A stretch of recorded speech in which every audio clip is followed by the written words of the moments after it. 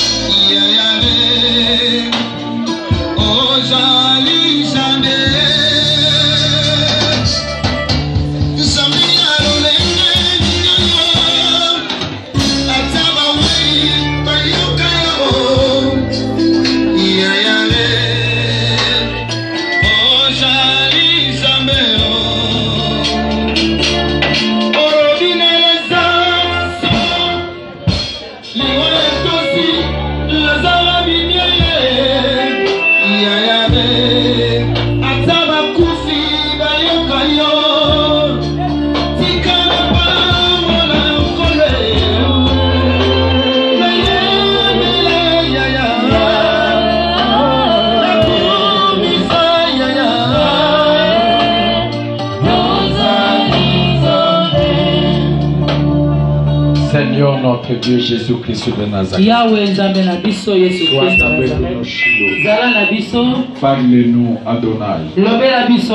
Au nom puissant de Jésus. Que ton esprit nous anime. Ta main puissante soit avec nous. Accomplis ta parole. Nous dis ceci. Dans le temps qui viendront, personne qui dira à son concitoyen c'est celui de Dieu. Enseigne-nous, Jésus. Le temps est arrivé. L'heure a sonné, Jésus. Parle-nous. Seigneur de gloire, je dispose de l'esprit de ton peuple. Je dispose de leur corps, leur âme sous ta disposition. Au nom puissant de Jésus, toute œuvre du diable qui peut s'élever parmi nous, je les menace maintenant. Au nom puissant de Jésus, sois en œuvre dans le nom de Jésus. Amen. Amen. Et la vie, il est merveilleux par sa bonté, par son amour. Il vient de créer l'opportunité qu'on puisse se retrouver encore devant le trône de Dieu. Aujourd'hui, nous allons parler du repas ou de la nourriture. Ce que nous mangeons. C'est ce que nous allons parler. Le repas ou la nourriture. Bilei to biloko. C'est ce que nous allons parler aujourd'hui. Yangonde mama likambo. Vous savez, oyebi, nous avons un adversaire qui est organisé.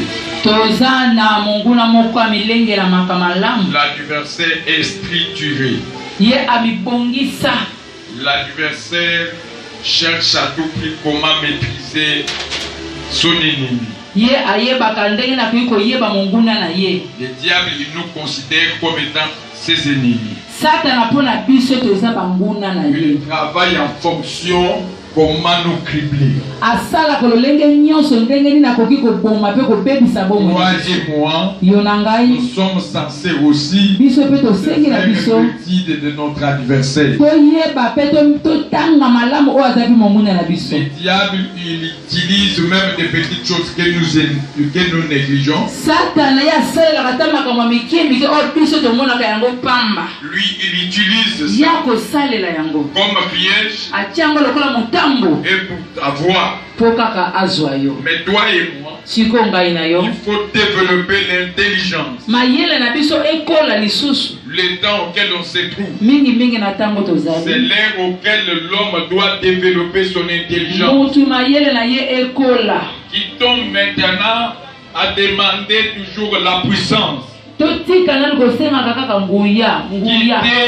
demander, Seigneur, parle-moi par la prophétie. Seigneur, révèle-moi. Allons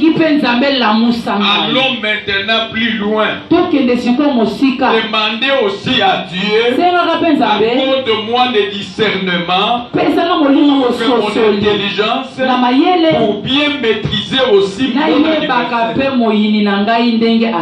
Dieu peut te révéler, mais tu ne sais même pas. Quand Dieu te révèle, voilà ton adversaire fait ça, ça, ça. L'adversaire doit comprendre que tu as compris. Mais il ne peut pas limiter à un seul prix. Il doit changer d'autres pièges. Il doit prendre d'autres pièges. D'autres sommeils qu'il peut faire. C'est ce que nous voyons aujourd'hui. Alors tu dois veiller à séquer et à demander à Dieu le temps auquel on se trouve. Seigneur, ouvre mon intelligence.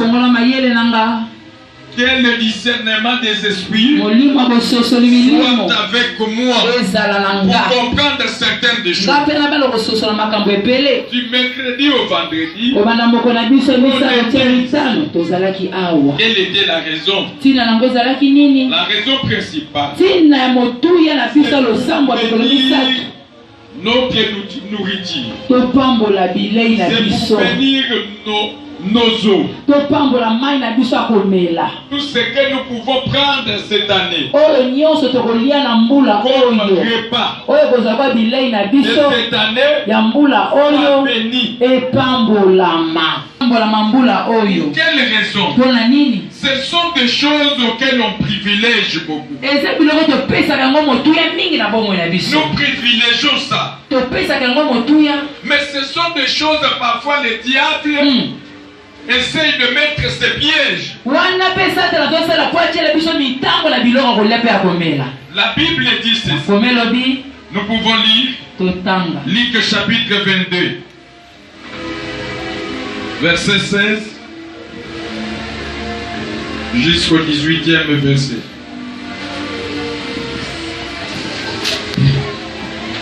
Je lis au nom puissant de Jésus-Christ. Amen, amen. Car je vous l'ai dit, je ne la mangerai plus jusqu'à ce qu'elle soit accomplie dans le royaume de Dieu. Et ayant pris une coupe, et rendit grâce. Il dit, prenez cette coupe et distribuez-la entre vous. Car je vous l'ai dit, je ne boirai plus désormais du fruit de la vigne jusqu'à ce que le royaume de Dieu soit venu. Ensuite, il prit le pain. Après avoir rendu grâce, il les rompit.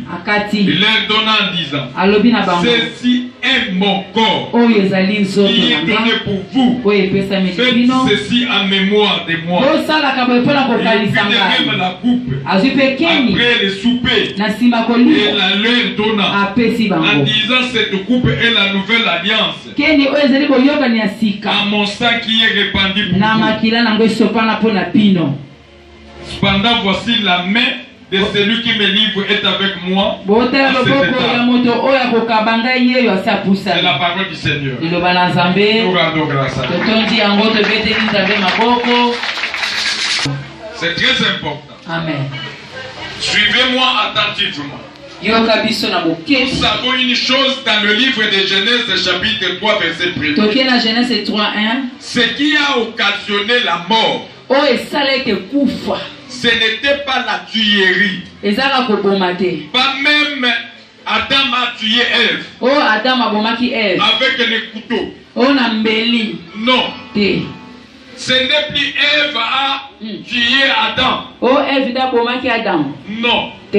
Ce qui a tué le monde et cette mort continue à influencer la vie entière. C'était la prise d'un fruit.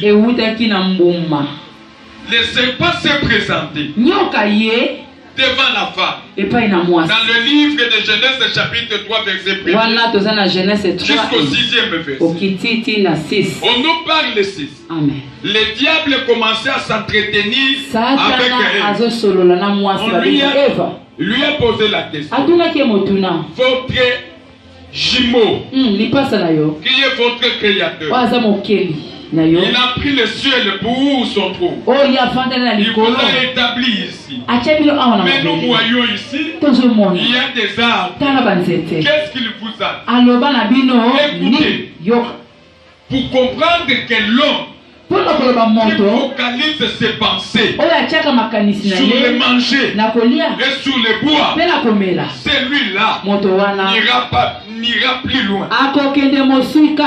Il sera toujours stationné. Et il sera une proie arrachée par les dieux. Il sera exposé. Toute personne qui ne peut pas s'abstenir sur le manger, mais il focalise ses pensées. Quand il y a le lever du soleil, il commence à être agité sur le manger, sur le bois.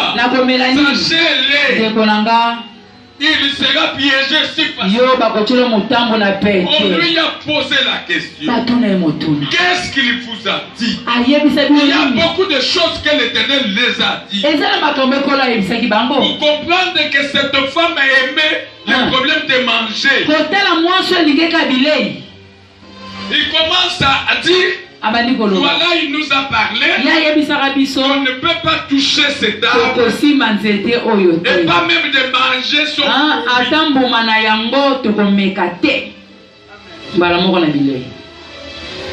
Mais sur le problème de dominer, sur le problème d'orienter toute créature, ça tu ne pouvais pas parler. Il touche sur les manger. Il faut faire attention cette année. Pour qu'il ne se maîtrise pas. Ce qui va lier bilei na yo. Fini ndaku nyonso. Mama bébé. Ouais, ça na matata. Mami maîtrise ka. Atiki biloko na ye. Mwana moko rapidité à lier. Bon. Ndaku wana des autres côtés. Bon. Pitumbe koko kui. Faut faire attention. Ok bah. C'est à partir du manger que la mort était entrée. Quand le diable il a entendu la femme répondre, quand elle a répondu directement, le diable a profité. Il a dit ça c'est le terrain que je dois. Ici je dois profiter. Et la mort, je dois glisser la mort dans leur vie. Commence à lui crier. Il a dit cela. Parce que si tu manges, tu dois devenir comme Dieu a dit. Faisons l'homme à notre image. Mais le diable il a dit, quand tu manges, tu deviendras comme elle. Mais Ève devait comprendre comment elle était emportée par le repas. C'est ce qui se passe, il y a beaucoup de gens. Quand il voit le repas, il est troublé. Même des choses très importantes. Les pensées focalisées sur le repas. Il faut faire attention cette année. Il faut faire attention cette année avec le repas. On vient manger le serpent. Serpent, qu'est-ce que tu es en train de faire? Quand il nous a créés, il nous a façonnés à son image. Comment manger ses fruits, devenir comme lui. Mais nous sommes déjà comme lui. Comme lui.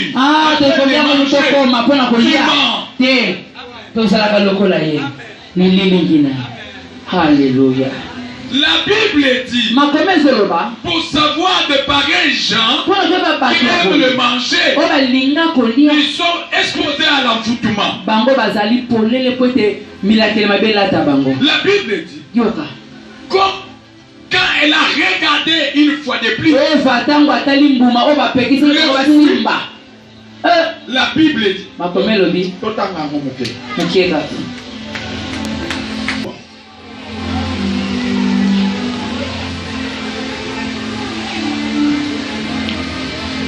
verset 6, je lis seulement verset 6. Toi, tu peux lire verset 1er pour pouvoir ou bien maîtriser les discours. Moi, j'ai besoin ici. La femme vit que l'arbre était bon à manger et agréable à la vie. Il était précieux pour ouvrir l'intelligence. Moi, t'aime ici qu'on a expliqué. La femme a vu que le fruit était bon, agréable, était appréciable à ouvrir l'intelligence.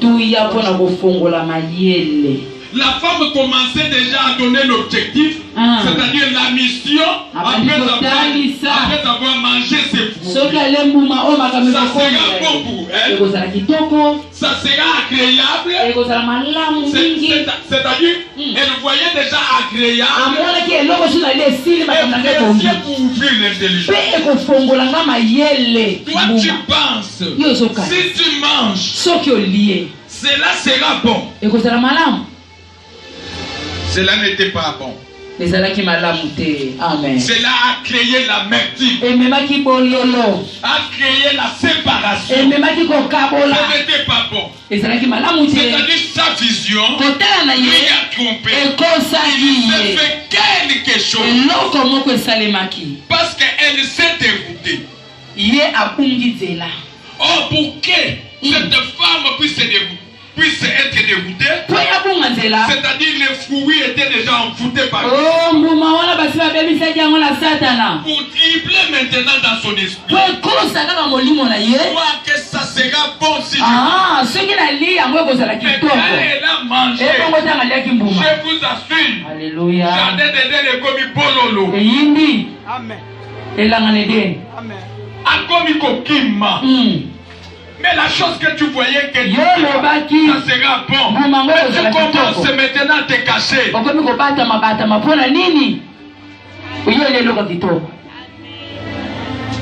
Et ce n'était pas agréable aussi.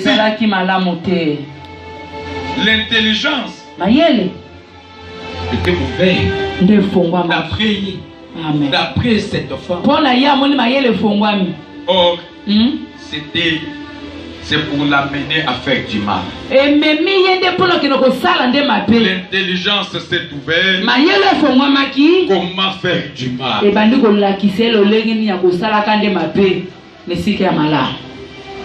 Maintenant, le bien devient mal, le mal devient bien. La confusion totale dans la vie. Cela veut tout simplement. Nous avons pris ces versets pour nous faire voir. Attention avec le rythme. Attention avec la nourriture. Il ne faut pas te laisser sans intelligence te plonger. Il faut avant que tu puisses prendre un repas. Il faut qu'un esprit de discernement puisse arriver. Est-ce que cette nourriture, ça ne peut pas m'entraîner à la mort ou quoi? Est-ce que cette nourriture peut déséquilibrer mon état sanitaire? Est-ce que cette nourriture, ça peut contribuer à ma santé? Amen. C'est ça la raison pour laquelle durant les 3 jours, on devrait prier pour la nourriture de ces canaux. Parce que dès le début, la mort était en train par la nourriture. Et les chrétiens du 21e siècle, surtout de ces temps-ci, le 3e millénaire, prennent la nourriture comme quelque chose qui doit être autant. Dans cette église, il y a seulement 2% que je peux dire qui sont capables de s'en tenir à la nourriture. Le reste est spécialiste pour le manger. Il faut faire attention. Aujourd'hui, il faut savoir ceci. La nourriture entraîne la vie, peut porter la vie, peut porter la mort. La nourriture, tu as acheté ce tu achètes au marché, tu viens préparer. Ou c'est déjà préparé, tu mets sur la table, sachez tes problèmes. Tu peux atterrir la mort, tu peux atterrir aussi la vie. Amen. Et j'ai souhaité tout ce que tu dois prendre cette année puisse t'accorder la vie. Mais sachez, il y a beaucoup de gens qui étaient morts à cause de la nourriture. À cause de la nourriture, les vies spirituelles étaient neutralisées. À cause de la nourriture, les dons qu'ils avaient étaient neutralisés. Il faut faire attention. Combien de gens qui prient avant de manger? Combien de mamans, après avoir revenir du marché, avant de préparer qu'il puisse imposer sa main pour la prière? Combien de mamans qui sont? Si nous avons lu Luc chapitre 22 verset 7, pour comprendre le mystère de la nourriture, Jésus-Christ a pris le pain visible, fabriqué avec la farine de blé. Il a pris aussi le vin avec le raisin, le fruit des raisins. Il a pris ça. Les disciples voyaient c'est le pain produit de la farine de blé et le vin produit des fruits de raisin. Mais pour celui qui préparait cela, ce n'était pas dans cette conception. Celui qui l'a préparé, il a pris le pain là comme son corps. C'est-à-dire qu'il a transformé ça. Les disciples voyaient que c'était le produit de la farine. Mais pour Christ, il a transformé cela. Ça devient maintenant son corps. Et ça devient comme ça doit influencer spirituellement la vie de toute personne. C'est lui qui peut prendre les fruits de raisin. Les disciples voyaient que c'est le fruit. Mais pour Christ, c'est capable capacité spirituelle. Na makokile ya molimo. Transformer cela. Abongoli yango. En fait devenir ça son sang. Ekoma makila. Les disciples voyaient le vin. Bayambe bazoma la vigne. Ah. Bazoma la vigne. C'est le sang. Nzoka ndipo na Yesu bazoma la makila. Yoka makambo. Weza maboma mi papa. C'est-à-dire il y a d'autres repas. Ezala biloko mosusu. Ezala biloko mosusu. Il ne connaît pas son origine. Ça vient d'où? Quand tu vois seulement, c'est le cœur de la porte. Non. Là où cela était venu, ce n'était pas la chair de la porte, c'est la chair humaine. Alléluia. Et ça doit participer pour influencer le corps de toutes les personnes qui vont prendre. On envoie ça pour une mission à toutes les personnes qui vont consommer cela. Avec tes yeux charnels, tu vois la viande de bœuf. Abattoir yango yo mona kiango. Monika wenze. Alléluia.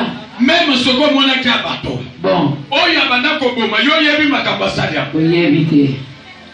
Alléluia. Maman bibi. Oui papa. Oyebi ba italien. Mukolo moko ba italien bazotu na bango. Bino boza ba yibi. Italien moko bakangiye. Moyibi, ayibi nga bijou, ayibi nga mo bijou. Alors lui maman na linga corriger yo nana. Bon, ngana za moyibi te. Tuko oyibi nga te na yibi yo te. Osali. Ngape na za moyibi te ngana lekeli yo l'esprit. Ah. Poyo moko mutope singa ya. Oh. Moyibi ba pesa kayete. Voilà. Moyibi ayiba kalensu ya mo. Mais ngana za moyibi te. Eza yo moko mutosani. Olongoli opesi ngai.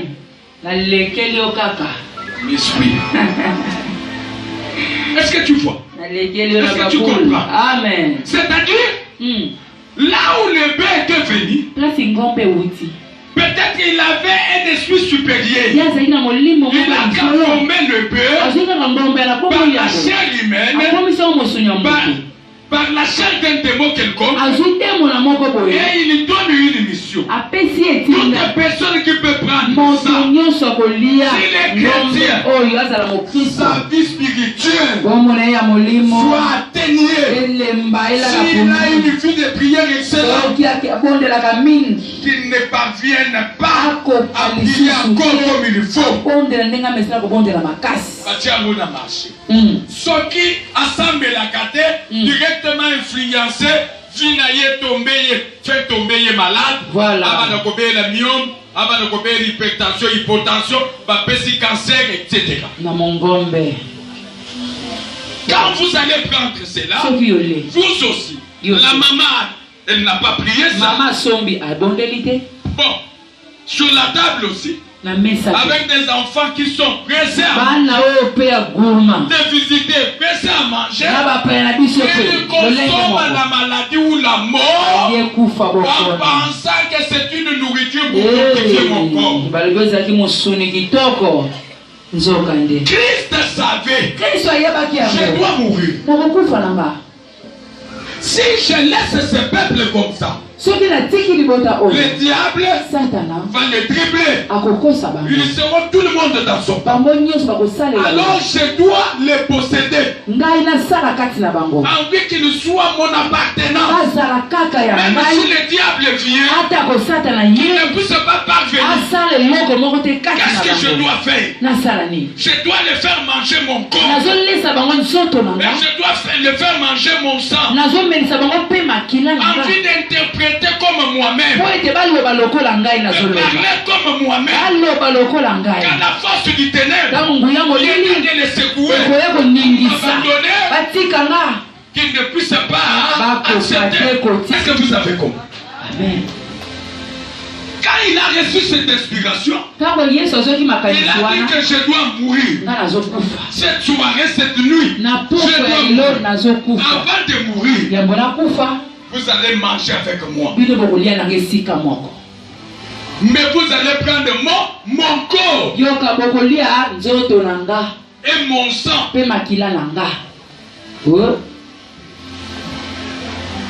Toute personne qui a mangé ça, quelque chose s'est fait. Tu peux te poser la question, pourquoi Judas il a mangé le corps de Christ? Il a trahi. Tout d'abord Judas, après avoir trahi, il s'est souvenu. Le sang et le corps l'a secoué. Il a dit, j'ai mal fait. J'ai mal fait. De vendre le sang innocent. Il est innocent. Il s'est présenté devant ceux auxquels qui lui ont donné de l'argent. Prenez votre argent. Vous ne pouvez pas le faire. Il est un innocent. Alléluia. Judas lui-même a justifié Christ à cause de ce qui était en bien qu'il était le fils de la perdition. Mais comme il a pris le corps de Christ, mais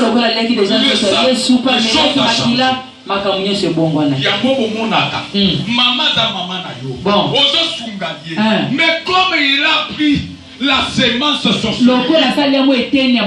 qui pouvait apparaître sous une forme ya béni, sous une forme peut-être ya nana, tango alie yango échanger ye comportement. Intelligence efongwami ya kosala mabe. Oh Jésus. Quand on nous parle que Moutou abotamaka déjà n'a péché yada, pourquoi? Voilà. La semence là. Kona wana. Oyo alia wana. Yada na Eve. Mutozo botama nango. Spécialiste à faire du mal. Voilà. Il faut faire attention. Tokeba. La nourriture. Bilia. Le repas. Contient beaucoup de mystères. Tu es un enfant de Dieu. Tu es gourmand. Et parfois tu ne peux pas partager avec des gens. Cherchez Dieu. Que Dieu puisse faire quelque chose.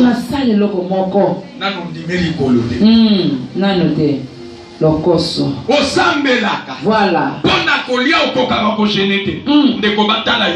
Malamu.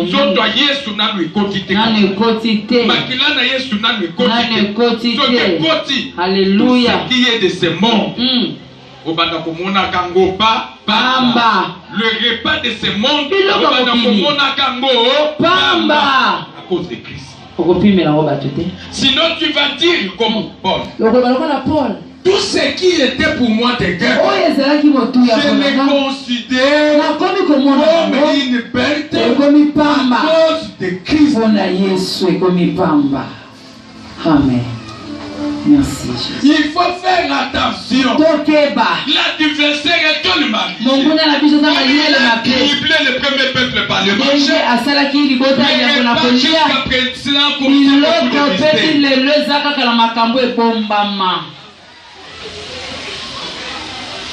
et comment comme makufa na bana nzambe vie spirituelle na bango ebeba baby ebele ba mekola ba yekola kotonga pona biloko akulia po abanda kobenda balamba basilisa po atonga mutu songolo pete biloko akeko biloko ebelaka kuna zotonga kuna bezobela.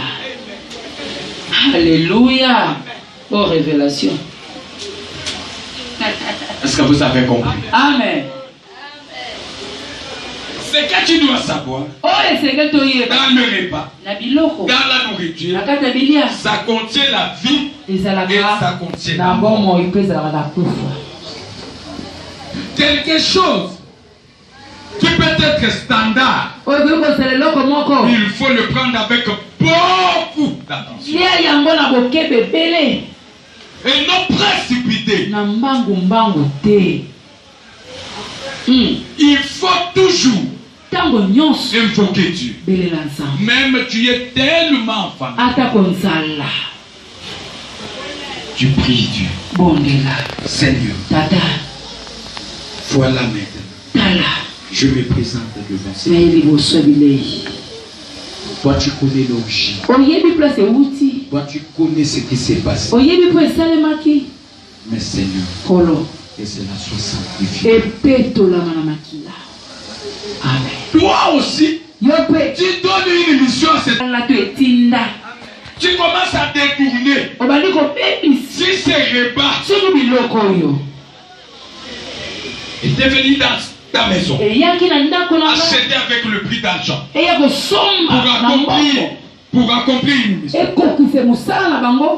Toi, tu as détourné cela par le nom de Jésus-Christ. Amen. Que ce puisse entraîner une sa famille, mon état sanitaire, spirituel, que je sois capable, après le manger, que je sois capable de beaucoup prier. Voilà. Que je sois capable de méditer la parole.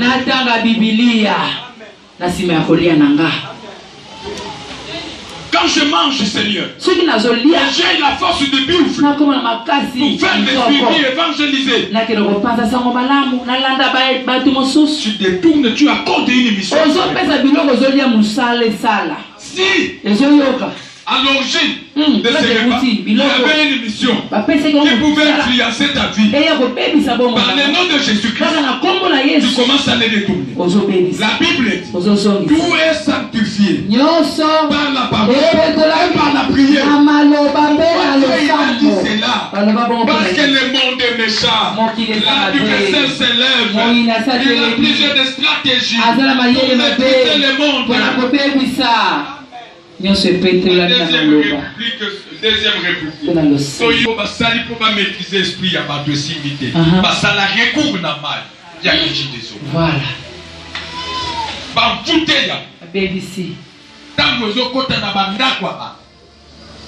Il y a d'autres gens qui sont des satanistes. Voilà.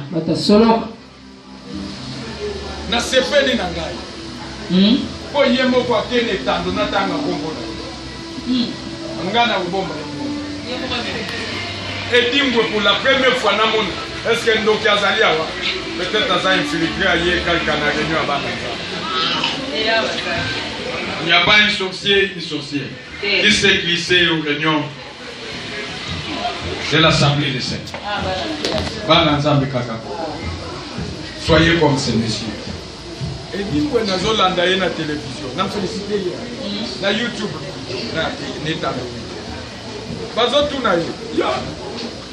Yo sikol mais ndenge nini ba poser ba question po sikol yo salela kana alors na eza koni na bomba la terre na salela ka Satan, c'est lui qui me protège, c'est Satan et avec Dieu. Alors ndenge nini yo zotanga sur Satan na nzambe mais Satan peut ayebi ke nzambe azali kana lobi après ni sataniste à reconnaître lobi oui yebi étant oyo nyonso tozo travailler na Satan mutu accordé ye ya nzambe ba yebani na bango. Moi je suis ndenge nazabo nazana service ya Satan alobi nazo silikela ba pasteur mususu bazo sale Satan baza ko sabo kanda na ngai yango. Voilà. Faut baloba ke biso nyonso toza na service ya maître moko Satan. Bon. Comme ngai zosale le Satan, j'ai oublié Satan, wane dingo ngai. Ngai nazosale le Jésus-Christ de Nazareth. Le Père de l'Alliance des Cellules. Amen. Le créateur incréé. Amen. Il a créé toutes choses. Le maître de toutes les choses. Est-ce que vous avez compris? Vous savez, l'adversaire est tout le mari. Satan est tout le mari. Il a mis des satanistes dans le but de se glisser parfois dans toutes les affaires. Tu peux voir qu'il y a de grands femmes, de grands hommes d'affaires dans les domaines de vivre frais. Mais il n'a pas des abattoirs, il n'a pas de bateaux de pêche, mais à partir du monde des ténèbres, ils sont en train de lui fournir. C'est la mission qu'il a reçue du diable, de fournir le monde, de vivre frais, de quoi manger, de quoi s'habiller. Il y a des mois, des côtés ils ont produit le bateau balia comme santé, ça la malade, n'a malade. Alléluia. Alléluia. Veillez le temps auquel on sait. Banda obota maudia kaka. Munena ngolu kaka ozozwa boto. Kinya pe ba pesi yo ya. Mais munene zo ya. Ozo fienuka. Talana. Bile yo ya kawa. Bile ya ndengeni. Amen. Amen. La Bible nous parle d'un jeune prophète qui était mort à cause de la nourriture. Dieu lui a dit que tu puisses avoir du succès et que tu puisses te faire beaucoup d'années sur la terre et dans mon service. Là où tu fais partie, il ne faut pas manger. Les repas que tu trouveras dans l'ennemi a déjà va seulement manger et retourne à jeun.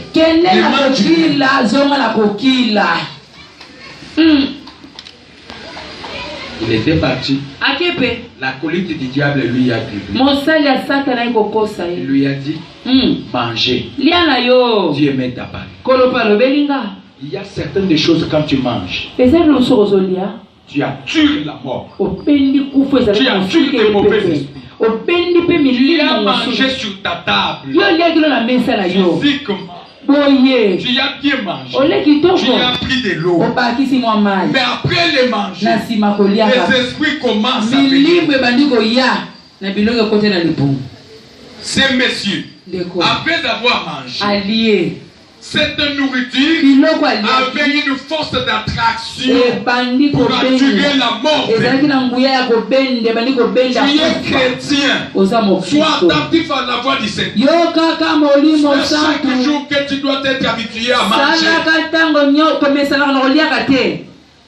Si tu manges tout le temps, parfois tu peux ouvrir la porte des maladies. Si tu es attentif à la voix du Seigneur, le Saint-Esprit te parlera. Il ne faut pas manger aujourd'hui. Parce que si tu manges, tu vas ouvrir la porte de la vie de l'échec. Le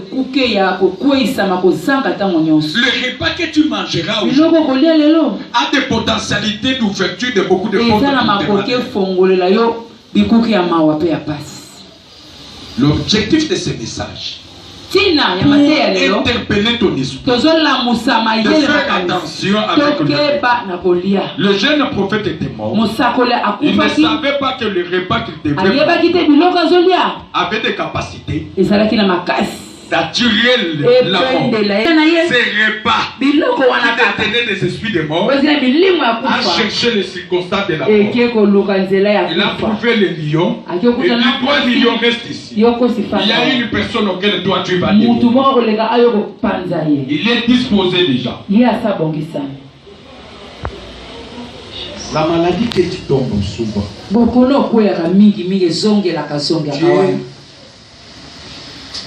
maladie. Cela n'est pas dû à cause de la nourriture. Et parfois la nuit, tu manges encore. Au moment des songes. Dieu spécialiste. Au lala qui